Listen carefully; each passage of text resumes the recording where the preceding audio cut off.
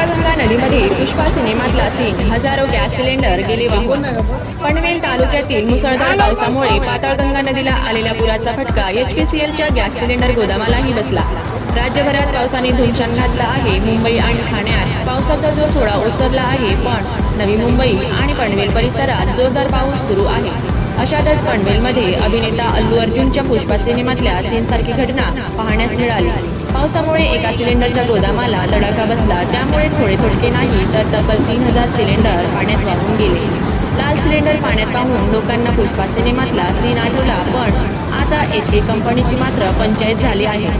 जे सिलेंडर सापडले ते आणून द्यावे असं आवाहन करावं लागलं आहे। पनवेल तालुक्यातील मुसळधार पावसामुळे पाताळगंगा नदीला आलेल्या पुराचा फटका HPCLच्या गॅस सिलेंडर गोदामालाही बसला। पुराच्या पाण्यात गोदामातील हजारो घरगुती LPG गॅस सिलेंडर वाहून गेल्याची घटना समोर आली आहे। पुढे जाऊन हे सिलेंडर खारपाडा पुलावरून वाहत जाताना दिसून आले। सततच्या मुसळधार पावसामुळे पाताळगंगा नदीने धोक्याची पातळी गाठली। नदीचे पाणी HPCLच्या सिलेंडर साठवणूक गोदामात शिरल्याने तेथील मोठ्या प्रमाणातील घरगुती गॅस सिलेंडर पुराच्या पाण्याबरोबर वाहून गेले।